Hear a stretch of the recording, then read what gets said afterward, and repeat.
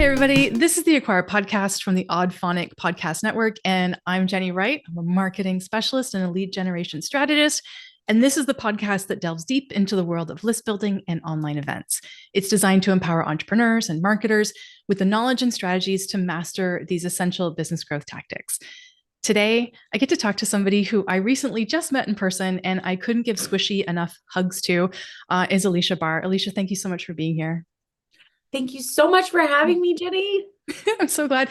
And just to preface in this episode, sadly, there is some construction going on in a unit next door to me. So we might hear the occasional bang. I do apologize for it. There's really nothing I can do. So occasionally we might hear that in the background. It's just, sign of construction. So anyways, I'm going to tell you a little bit about Aleasha. She's a seasoned sales strategist, speaker, best-selling author, and the visionary behind the Black Sheep sales method. Aleasha believes in the power of authenticity and the principle that if it's a fit, it's a fact, and eliminating the need for high-pressure sales tactics. With over 15 years experience, Aleasha specializes in crafting personalized sales strategies tailored to your unique personality, your target audience, and your services. And she firmly believes that sales should never be a one-size-fits-all. Aleasha's innovative methods empower business owners to seamlessly convert up to 80% of their leads. Yes, please, all day long. Thank you. Without resorting to aggressive sales pitches or pretending to be somebody they're not. This sounds amazing. And I do sales too. You are the sales, guru on this. We're going to have a really good conversation. And there's a couple of things I want to get into. Are you excited? Yes, very excited. Yes. So we recently both spoke at Capshovian's Live, and I got to see you speak in person. That was a whole thing. It was amazing. You got up there and you captivated everybody. Their eyes were glued to you the whole time I was watching the room. It was amazing. Oh my gosh. Thank you, Jenny. You did an incredible job as well. I mean, people were hearing things for the first time and getting lots of epiphanies. And I'm just so glad that I got to meet you in person. Thank you. Yeah. And my mic, they had to turn my mic off, which was so much fun. I had to start projecting to the whole room. So it was Yeah. kind of we were having reverb. I think you were fine though. I think your mic was okay. Well, at that point, they just said, okay, you know what? The lapel mic is let that ship sail. So Yeah. we're just going to have the handheld mic. And we just accepted that that was what was going to happen. Yeah. And you had the handheld and you did great. Yeah. I didn't get the handheld. They just shut me off. I had to project from my diaphragm, which I mean, it worked out, but yeah, it was a lot of fun. And one thing that I noticed that people really liked when you were talking to them during this talk, you actually involved the audience. And one thing that you did that I really thought was really good is you were asking people questions like, what is it that you do? How do you connect with people on a real basis? What is it that your ideal client might want to hear? And you were kind of, I don't know, coaching in the moment, which I think is such a special thing. It's a really special skill if you can do that whilst you're still running slides and trying to talk to people in the room. That takes some mental juggling to do that, right? Yeah, it's I love it. It's kind of my weird superpower talent Yeah. Okay, that cool. I was blessed with, the ability to just workshop with someone right there live. I think, and I love that you went deep with that because I think it really helps people. And you were talking about your black sheep method, which I think is amazing. And I want you to tell people a little bit more about that and we can talk about it. The other thing that you help people with, which I think is like comes before the sales piece, is really on that brand messaging. And so I kind of want to start there. What's the big challenge that people are kind of having that you see with brand messaging? How do we get that in alignment before we start doing a plethora of sales calls and potentially screwing those up too? Oh yeah. Wow, that's such a good question. So a lot of times, while there's a few layers of brand messaging issues, the main issue that I see, no matter how experienced somebody is with marketing or brand, is that they're not talking about the result that they're getting somebody, they're talking about their thing. So, for example, the other day talking to someone who helps people heal through their emotional trauma. And so it's easy to think, oh, they want healing. But no, they don't want the healing. They want the result of the healing. Yes. So they want a supportive family that loves each other, even though that might sound like a fairy tale Mm-hmm. or something like that. Or another example is summits. They Mhm. don't want summits. They want leads for a year. And Exactly. the summit is the way to do it. So a lot of times people are missing that result piece of their Mhm. messaging. And then the other thing is they talk a lot about we. So there's a saying like, don't we on your website. Don't wee your website. Yeah, or we on other people. Like nobody cares about No. you. And it can be really easy to think that they do. But I mean, if anybody's familiar with StoryBrand, which I love, it's about how the company is not Luke or Mhm. the service provider is not Luke. And a lot of times people think they are. They're supposed to list all their credentials and their experience and all of their fancy awards, and that's what's going to make people want to work with you. But actually, what's going to make them want to work with you is if they feel seen and understood.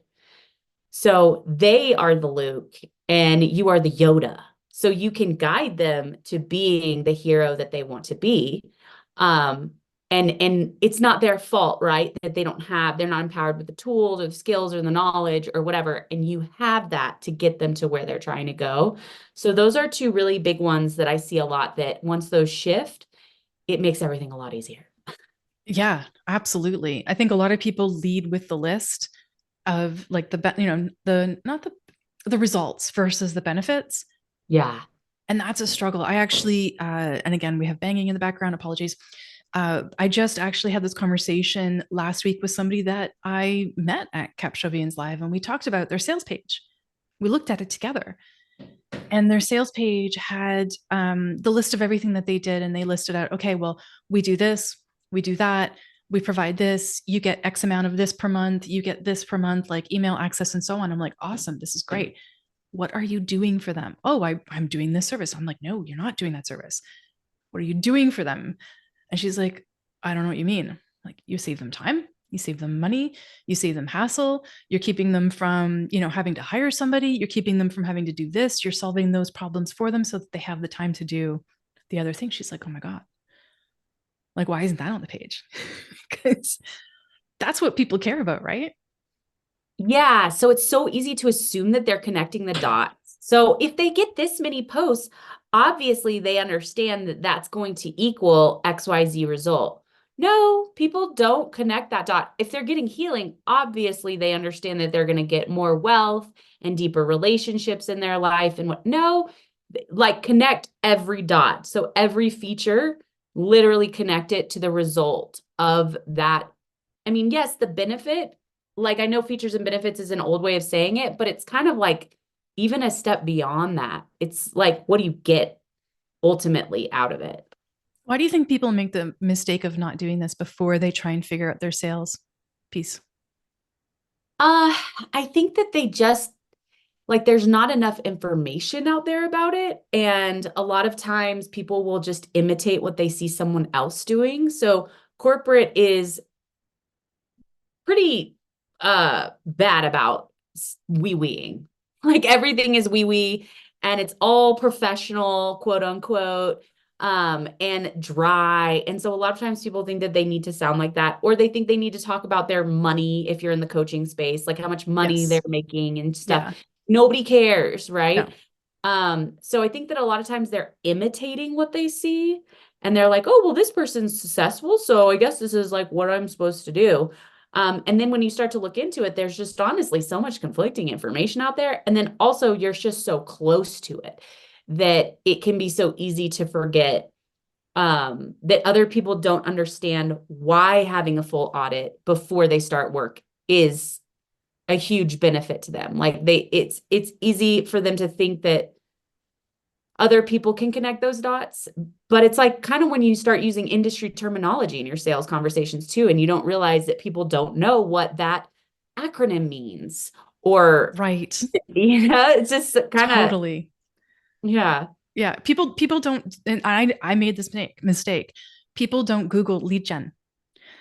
People don't Google build your list. They Google attracting your ideal client or something like that, or even just, email, like Courses. yeah, like all those kinds of things. They don't do the my industry terminology. You know what I mean? Do you think that people are getting their niche wrong? Well, I have a lot of thoughts on niche actually.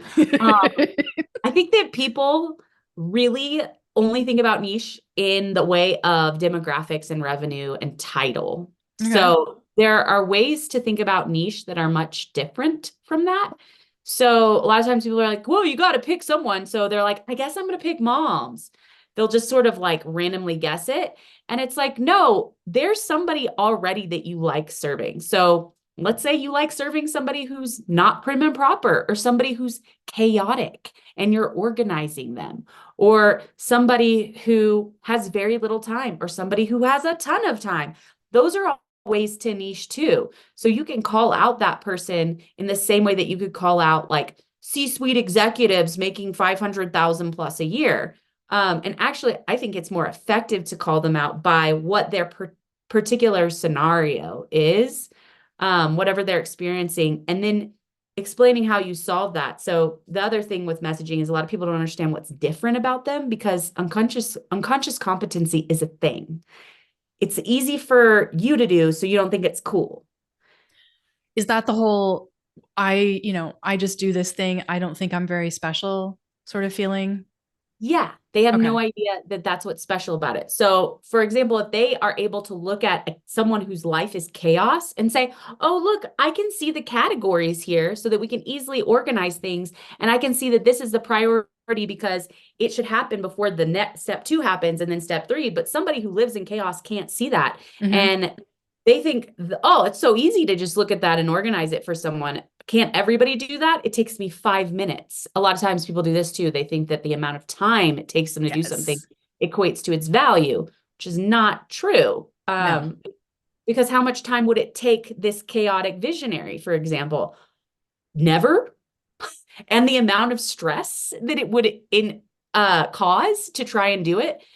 So what is that worth to somebody? And so one of the things that's really one of my superpowers too is talking to somebody about their offer inside and out and then being able to explain how they do it differently Hmm. and who that exact person is who benefits so much from that. So like, for example, I have a client who's in the fitness space. He's talking about losing weight and gaining strength, but he's 4,000 a month. Okay, what? Nobody's going to pay that to lose weight and gain strength. But after talking to him, his sweet spot is boomers and Hmm. making them injury proof and pain free and living independently and like being more active than they were even in their 20s. And that's That's super huge. different. Yeah, it's super Yeah. different. That's not gym bro. That's super different stuff. Yeah. So it's like understanding, okay, you love working with seniors. Like, let's focus on that. And guess what? Seniors have money. That's cool too. Yeah, And exactly. they're willing to pay to get out of pain with something that's not drugs. Totally. My gosh. Okay, so that's really cool. So if you were to take a look at, I mean, you did this, you workshop people right in the room when we saw each other. I mean, if you were to look at what makes you different, like I'm just going to put that light on you for a second. What is the thing that really, and I love it because you're smiling, you're like, yay, do it. What makes you different than somebody else who teaches about sales, who talks about how to close an ideal client? Well, so that's the thing is that it's like a lot harder for me, but with the black sheep sales method, everybody like can do it for other people, but it's kind of hard I know. sometimes looking at yourself. The black sheep sales method is the closest that I've gotten to really explaining how I'm different. Okay. But essentially, every other sales expert is like, this is what works for me. And so I'm going to show it to you. And guess what? People are different and they have different audiences, they have different offers, and they have different personalities. So to say this is what works for me, so it will work for you in literally any scenario, fitness, cooking, parenting, I don't know, name anything, it's just never going to work the same. So they don't understand your offer inside and out. And so your sales aren't going to be as effective. I understand someone's offer inside and out. And then I pull out the differentiators and I create a concise and compelling sentence that will show somebody like it's a guide to how to say what you do, when to say it in a way that people understand and want to buy. And that is different. Most sales experts aren't understanding what you do first. You did it for me. Yeah. And it's a difference, right? Like, Yeah. have you ever looked at other sales training or anything? Yeah, I've been through I've been through quite a few sales trainings in different ways. So I used to do sales for a big box retailer, and I Okay. had sales training. And if you can believe it or not, I wasn't a natural salesperson. I used to be, my mentor used to say that I was a shark. I'd see prey, my eyes would roll in the back of my head, and I would just start chomping at them. Like Oh no, it the was, commission breath, yeah, basically. totally. It was so bad. My first sales call ever, the person I was with, my mentor, actually had to put his hand on my arm and he had to say, "Stop, Jenny, just stop talking." Because I was like going through like, would you like this? And these are the benefits, and this great, and you should do this. And the person was like, first of all, the person was an interior designer. Their house was full of gorgeous things. And the first thing I should have done is said, "Wow, I really like those Parsons chairs. Where did you get those?" "Oh, I got them at such and such." "Oh, yeah." You know, blah, blah, blah, conversation. The place I was working sold Parsons chairs in a box with like two, I think it was two for a box for a total of four in a package. And it was a million times cheaper and they were really good quality. Nice. Right. So I should have been having that conversation, but instead I was like, benefits of the membership of this, big box retailer and how cool it would be. And this person's like, "I don't see myself doing this." So my mentor was like, "Shh, Jenny, quiet." Right. Like, Yeah. stop talking. And then they were having a conversation. But after that, I got really good sales training. And I actually I got to about an 80% close rate. And I was the one of the top salespeople for that business in Love Eastern it. Canada. And it was, for me, what I found my little superpower in sales was, I'm really good at judging when I'm tuned in. I'm really good at judging somebody's mood and perceiving what their next thought is or what they're feeling at that moment and kind of dialing in. Right. Yeah. So it's because you're an introvert. And this Yeah. is something that a lot of people don't realize about introverts. They think, oh, I'm introverted and I'm not going to be good at sales. And you're almost set up better for sales Hmm. because introverts are so in tune with how someone else is feeling. They're so concerned about the other person's experience and if they're having a good experience, which is why I think we get so drained, to be honest. Yep. Because we're not just thinking about ourselves. There's like a lot of information that we're taking in and adjusting in the moment, which makes for a fantastic sales experience. I mean, as a buyer, all you want to feel like is somebody's listening to you and trying to give you the information you need specific to you without the agenda of like, I'm manipulating you to say yes. Exactly. Exactly. I had a chance. I love talking about sales. And I mean, first of all, that phrase that you created for me, which was getting all like, I can't remember the exact wording, but it was all the leads just from one event or something like that. A year's worth of Thank leads. you. A year's worth of leads from one event. By the way, summits help you get all your leads, a year's worth in one event. Hashtag, contact Jenny. Okay. Yeah. All right. So I was going to tell you about the fact that this company that I was working for actually sent me to a completely different location. It was a couple hours away from where I lived to do sales, selling their memberships for this big box store. The market was completely different, right? So Mm-hmm. I'm from Toronto, and Mm-hmm. working in Toronto and trying to sell to somebody in Toronto is completely different than selling to somebody who is in a town 3 or 4 hours away that had completely different values. And so I got a rude awakening. I had to be even more malleable to the fact that these people had a different life experience, grew up differently, had different politics, whatever, name it, and had to do sales. It made me so pliable. Yeah. Right. So, and then when you work online, I mean, you're talking to people all over the world. You got to be even more pliable because those people have a completely different life experience to you than anybody. And I It's think, so true. yeah. And how do you apply how do you tell your clients when you're applying like the black sheep method, or if you're talking about their sort of like their unique brand statement or whatever, how to make it so that people, their ideal client, wherever they are, can see that they're the real deal. Yeah, I mean, I think so the black sheep sales method in understanding somebody's offer inside and out and their ideal audience, we create questions that will naturally pull out that information for you to know how to customize your conversation. The name of the game, the only agenda is understanding someone's situation. So clarity is the ultimate goal. And anytime a sales conversation ends in like maybe, let me think about it. It's a lack of clarity that's causing that, or confusion. And a confused mind says no. So a lot of times they maybe misunderstood something that you said about what you do, maybe the time investment, maybe if it would work for them, are they an exception for some reason? And so, there are questions that are going to uncover that from the very beginning. Like, what's the time you have available to invest in this? A lot of people don't even ask that in the sales No, conversation. nobody Have you asks that. It's wildly helpful because a lot of times they'll be like, oh, I have 5 hours. Oh my God, that's more than enough. More than enough. All you need is 1 hour. All of a sudden, there's so much clarity. This person can envision how they're going to do this moving forward. So, crafting questions like that. And then also, like at the end of the conversation, asking, is there a concern that you might be an exception? What makes you feel like that? Let's discuss if you would be an exception, because I don't want to take on someone who's an exception either, like I want to take on someone who's going to get the results. So it's really just about digging in and understanding the other person.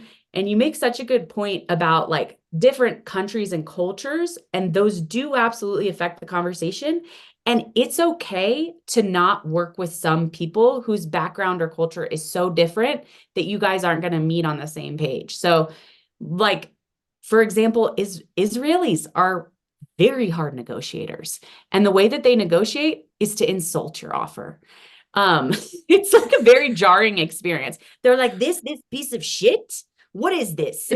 Like it should be less. And you're like, this is offensive. And that's just like a normal day for them. So it's like a drastic example, but you don't have to apply up. In the case of working for a big box retailer, you have to mold yourself no matter what. But if you're a business owner, I just want to like put the message out there that like if it's a fit, it's a fact, and there's no selling involved, and that includes them being a fit for you. Exactly. So Yes. Yes. Yeah. okay to tell somebody no. No, totally. And I remember distinctly working when I worked for them. Obviously, it's a completely different experience than what I've had for the past like 12, 15, 12, 14 years. Um, but yeah, you couldn't say no. You were trying to close the person. Like that's a thing. When I started doing sales for myself, that's completely different, 100%. And I've had, I made the mistake because I brought that personality, that mentality over. Everybody's my client. Man, did I pay for that? I mean, paid badly. So yeah, I've had some clients that I've closed out of, desire, desperation, when money was tight. Those people, and I was warned, though, the wrong client takes up 80% of your time. They're 20% of your roster. They take up 80% of your time. Yeah. So I couldn't even believe how much extra time and effort it took to not work with those people. But I'm so glad. Like I've had to shift over the years, and obviously you have personal growth, right? That's what I love about entrepreneurship is so much personal growth. Um, but yeah, couldn't believe that I had to change everything. Um, but I'm so glad I did, because then you don't have to work with people that aren't a fit for you anymore. Yeah. And a lot of times those things that make them not a fit are sometimes the things that aren't title and demographic Totally. related. So getting really clear on what those niche signs are. Maybe Mm-hmm. somebody expects you to be at their beck and call. Maybe they expect it to completely done for you, or they expect results in too soon of a timeline. Like let them know Yes. ahead of time. Look, like especially I know with the summits, like it's enough leads for a year, but it's so important to explain those leads do not happen immediately. Like it's enough leads for the year, and it's spread out through the year, which is better, Mm-hmm. honestly. It's manageable. So you're not all of a sudden inundated Mm-hmm. and trying to onboard everyone and having things like fall through the cracks. So being able to say, like, do you need some deluge of business right away? This is not going to do that. Is that okay with you? And everybody just feels like really transparent and on board. And when they're like, no, I need a huge influx of business right now, you can say, you know what? I've been down this road. I am not the best fit for you. And I want you to get what you need. I love the idea. Actually, it's not an idea. I love the premise of saying, look, I do this, and having the boundaries. This is also part of your development as a person, as a coach, as an entrepreneur. Like, I don't do this, and I'm not a good fit for you because of it. And having those boundaries, as opposed to being what a lot of us are, which is people pleasers and yes people. And not wanting to say no because of money is, oh, if I could tell younger Jenny 10 years ago or more, it is better to say no than it is to say yes for all the right reasons, then I probably would have saved myself a ton of money and effort and crying and a whole bunch of other stuff. So, and that's what I love about the black sheep method, right? So it feels really authentic and in tune. And I think you're circumventing. This is what I love about you, is that you're getting people through what I'm just describing, what I went through, without having them to have the tears and the crazy part. Like they're getting right to the right messaging. So you're helping people, you're alleviating that period of trying to figure it out all on your own and getting it wrong and having bad clients and having red flags.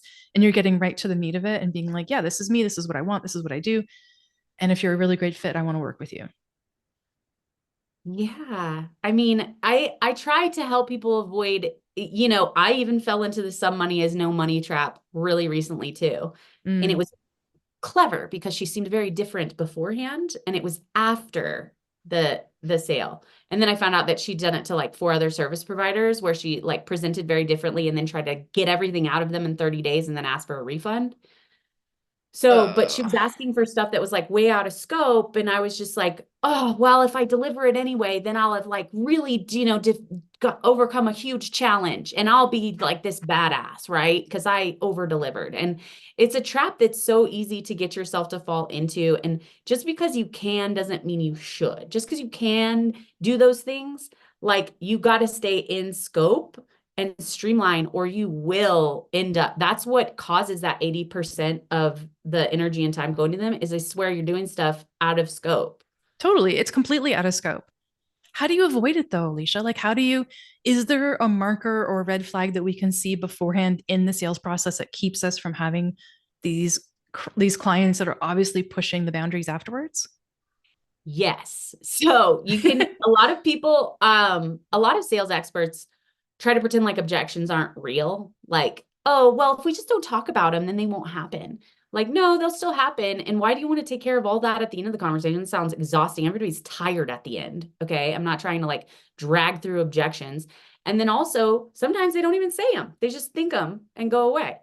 So being able to proact, for example, Katie, our mutual friend, had people who were coming in to do done for you social media and not showing up for their reporting meetings every 30 days. And so she wasn't able to like say, hey, this stuff isn't working. This is what we need from you. This is what we're going to adjust. And then they would leave. And it's like, okay. So in the sales meeting, hey, it is incredibly important to meet every 30 days for a reporting meeting. Are you able to do that? And it's like a non-negotiable. And so people know Nice. ahead of time. And since I've been through so many client relationships at this point, like almost 2 decades worth, and have helped a lot of other people, I can help people spot, like, you don't want to say that. That's a scope creep. That's a slippery slope, when you are okay with that. I can kind of help them with what usually the slippery slope situations are. Like any tight timeline for results in anybody's service is usually a red flag. Like, you just don't want to get into that like desperate energy type of thing. Never. Yeah, the Never. person's coming from a place of fear and scarcity, and it's going to put a lot of pressure on you, and you can't save anyone. No. No, and you can't want it more than they do. Yeah. So, like, those kinds of things, like understanding also like their context of what they've done before is huge. So, there can be red flags with why didn't it work out with those providers? And they can tell you why, and you can know, you see a lot there. Like, Yeah. is this going to be a good client or somebody who's going to turn around and blame me for everything because they can't get me photos that I Yeah. need, which happens all the time. That's just simple thing. And they can't get somebody photos. And then they're like, well, you didn't get me any results. And it's like, well, because I had to use stock images. Yes. I You know, know. Yes. Yep. Mm-hmm. I've had this conversation with people about their stuff. Oh my God. Yeah. I, I sometimes feel, or I used to feel like you couldn't avoid it though, Aleasha. Like I felt like, and this is sort of before going through my own sort of stuff as well. I almost felt like, nope, couldn't avoid it. Never saw the red flag. They were awesome. They were the ideal client.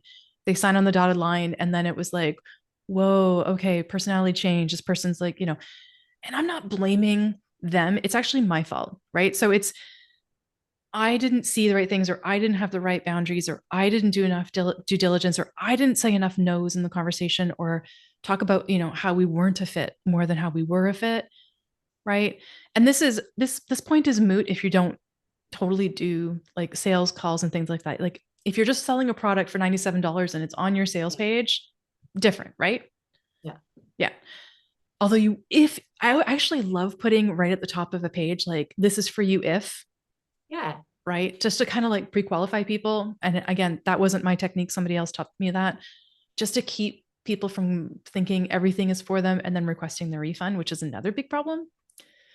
But yeah, it kind of drives me nuts, that it took me so long to get my sales game to the level that it is now. Like it was really good before, but now it's more intuitive. And I think that's, I mean, I've been paying attention to you over the years. I've been listening to your podcasts. I've been on your things.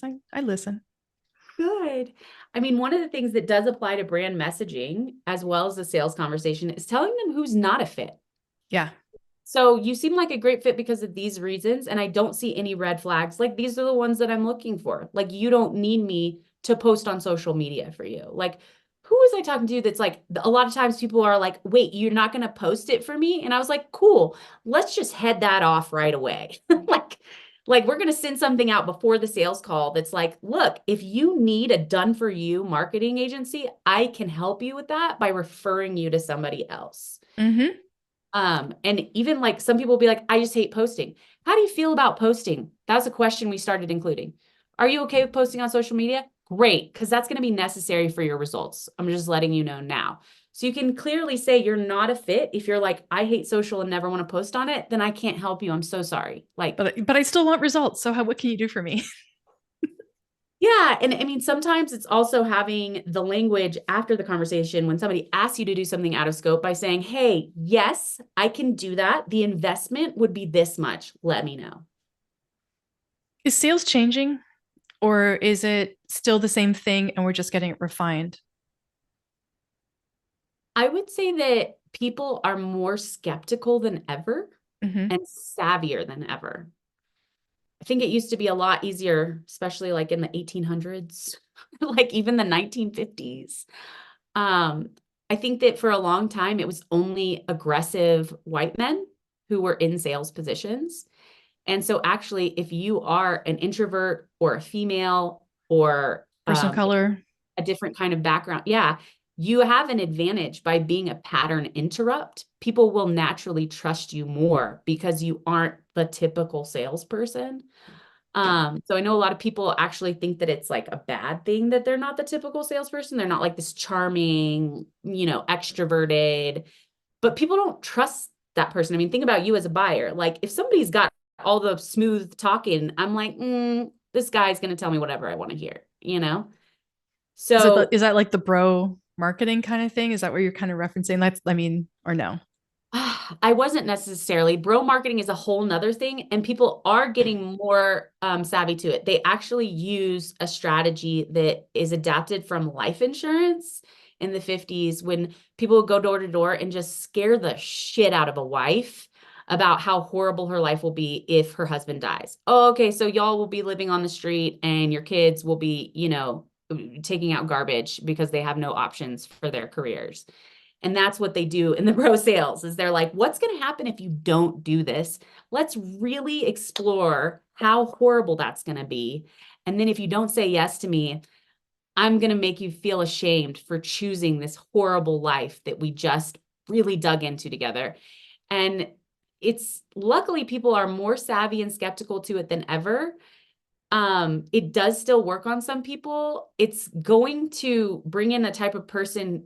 I mean, somebody who like comes into your service with their tail in between their legs is definitely not how I like to start a client relationship. Like, I think it really sets a different tone.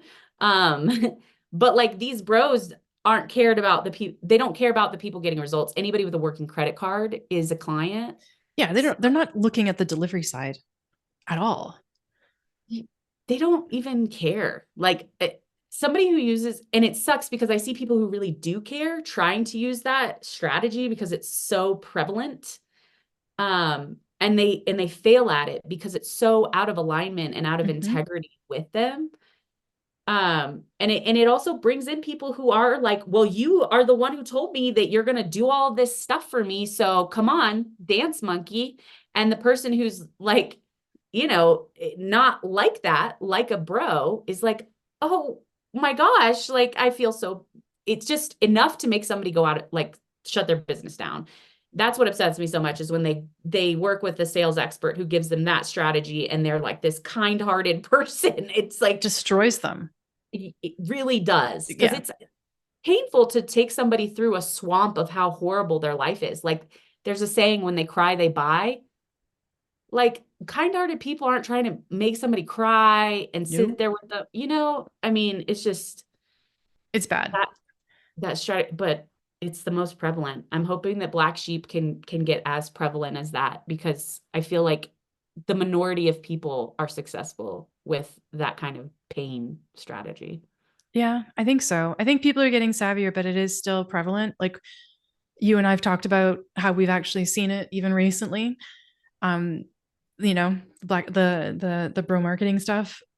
I really want the way that you're talking about sales to be more prevalent. It will save so many people a heartache. I've seen it in practice, and I think it's important. What would you tell somebody as we get ready to sort of wrap this up? What would you tell somebody who is just starting out on their journey for sales, or who already is in sales and they're struggling to find that right voice to sell the thing? Like they want to sell the, you know, what doesn't matter what it is really, but like they're trying to sell the thing and they're just trying to find that authentic voice. How would you recommend that somebody start doing that to make sure that they're following more in the black sheep method? Yeah, well, obviously check out my podcast because I'm going to lay it out in detail there. Sales is not a dirty word. The one thing that I really like to leave people with is you don't have to do anything that feels out of alignment for you. And if it feels out of alignment for you, it's not going to work because you're not going to be confident implementing it. So really trust yourself on that. And a black sheep is somebody who does something different from mainstream, and mainstream tells you you have to do it this way. And they get uncomfortable that somebody's doing it differently. And the world literally needs people who think and approach things differently for there to be progress and innovation and inspiration. And so do it for yourself and also do it for everyone else. Say no to things that do not feel right to you or do not get you results. It's not a matter of you needing to do it a couple 150 more times. When I work with somebody and create something for them, it works from the first call. It does not need to be rejection filled. Like I have a friend who's working with a sales coach and they're telling her she needs to cold call to build resilience and get rejected a lot of times. And it's just a lie. Yeah. It's I've heard so that too. And it's ridiculous. It's like you got to build up your muscle, your rejection muscle. Really? I just like resilience is important. I think there are a lot of other ways you can do it than something that just crushes your confidence at the same time. Like, Totally. like go participate in a Tough Mudder contest or something. I don't know. Like you don't need to like go through just getting like, oh yeah, I'm going to go and have all these people just make me feel like a desperate idiot. Like, no, Mm-hmm. that's does more harm than good. In my experience, Yeah. I don't cold call. I don't tell anyone to cold. So anyway, if somebody's telling you something and you have resistance to it, I know that the mainstream message is do it anyway. It And I is. please don't. Please don't. You will have better results when you don't. You know what? You're saying it and I believe it, but I also like, I come from the cold calling background and, you're conditioned. You're conditioned just to do it. You're conditioned to follow it. And I think that's the problem, like you're talking about. And I think people should really sort of tune into what feels better. Because if you're trying to do something, if you're trying to follow a script, I'm definitely one of those people that tried. If you're following a script and it's not working for you and you're not getting sales, it's because you're doing it wrong. Yes. Like drop the script, get rid of it, and just talk authentically. I mean, sales is a conversation. And I love I my best sales is when I'm not selling. Always. like stop. I tell people to stop selling. Actually, I tell telemarketers who call me to stop selling. Uh, Well, it's just about understanding. Stop selling and seek to understand. And if you yeah, have something that's actually in the other person's best interest, they'll want it. fantastic. Yeah, Like, absolutely. get excited. The whole, if it's a fit, is having criteria. And if that person needs these results, has these things in place, is ready for this, has this timeline, it all matches up, then it's very easy to say, let's do it. Yes. And it becomes a really simple, like, if hell yeah. And then you just move forward naturally. And I like that. Aleasha, okay, we can keep talking, but I gotta wrap this up. Darn it. We'll have to do this again soon and have another conversation about sales and brand strategy and niching because you've got opinions and I like your opinions there. My partner talks a lot about niche. So I have a good time sort of having these conversations. Where can everybody find you, get in touch with you, get to know you better? Yeah. So I would say my podcast, Sales is Not a Dirty Word. And if this seemed like it might be aligned with you, I would check out the episode about selling like a natural. I like that you reference an actual episode. Mm-hmm. That's smart. Okay, cool.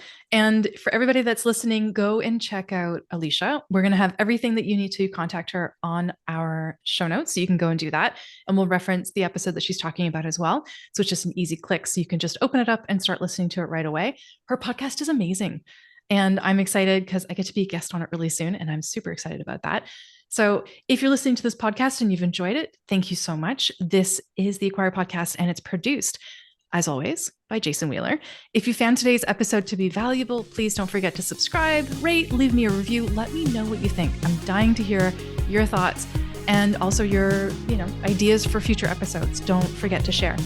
And if you like being part of my community, I'm so glad. Make sure that you check out my Facebook group. The link for that is in the show notes, and I'd love to hear from you on that. And as always, the Acquire Podcast is brought to you by the Oddphonic Podcast Network. Thanks so much.